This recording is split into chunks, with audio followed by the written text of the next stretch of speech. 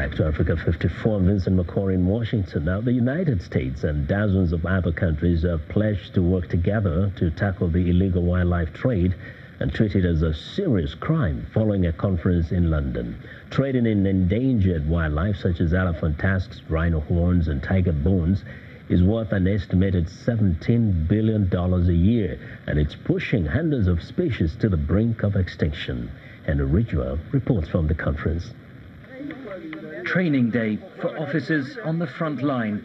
Border guards and wildlife officials from Kenya and Tanzania are being taught to identify animal parts, which are often disguised or concealed in cargo or vehicles. All of these items were confiscated by the Kenya Wildlife Service. There's much work to do. Only 50% of those that are convened here for this training this week could recognize elephant ivory. Only one of our 40 participants could recognize pangolin scales. Such stark gaps in the global fight against the illegal wildlife trade were top of the agenda at the London conference. Speaking to several heads of state from across the world, Britain's Prince William, a passionate conservationist, said he recognised that law enforcement resources are already stretched. But I am asking you to see the connections, to acknowledge that the steps you take to tackle illegal wildlife crime could make it easier to halt the shipments of guns and drugs passing through your borders.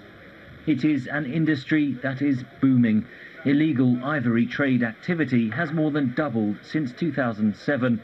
Over 1,300 rhino were killed in 2015 alone. Asian tigers have seen a 95% decline in population. In the last year, more than 100 rangers have died in their line of work. U.S. Attorney General Jeff Sessions said that Washington would give $90 million to programs that fight illegal wildlife traffickers. Their criminal acts harm communities, degrade institutions, destabilize our environment, and funnel billions of dollars to those who perpetuate evil in the world. It's not just big mammals at risk. Peruvian authorities say over 12,000 critically endangered frogs have been taken from Lake Titicaca in the last 5 years to make a juice that some believe has medicinal properties, despite no scientific evidence. But it's not all bad news. At the beginning of this year, China closed its domestic ivory market. This market was both stimulating demand for ivory and also enabling illegal ivory to be laundered through this legal trade. But that same issue still exists for big cats. There's a trade in leopard bone products, large-scale commercial trade.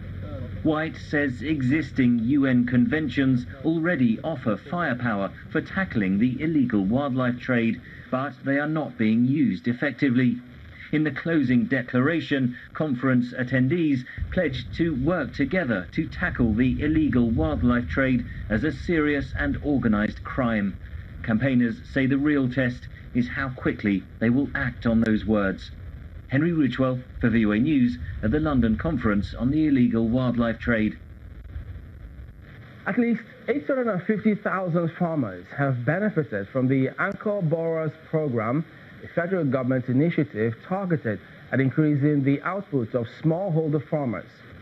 According to the Apex Bank, the program is allowing for considerable investment in agriculture. In our next report, stakeholders highlight the impact of the program so far at a town hall meeting in Jigawa State in north-central Nigeria. It's an exhibition of agricultural commodities in Dutse, the Jigawa State capital, where the Ministers of Information, Agriculture, Water Resources and the Minister of State for Industry, Trade and Investment are attending a town hall meeting to assess the impact of the Anchor Borrowers Program. On display are various crops and livestock as well as machines belonging to smallholder farmers under the program. The Minister of Information, Lai Mohammed, who chairs the event, says Nigeria is making progress in the area of rice sufficiency through deliberate efforts to support farmers. Today, I can assure you that if you go to any of our rice milling factories, you'll find queues, some as long as 2 kilometers, of trailers waiting to discharge and upload paddy rice. For the Minister of Agriculture, the success of the scheme lies in turning interest rates, which was hitherto a limiting factor for business, to a major advantage for beneficiaries.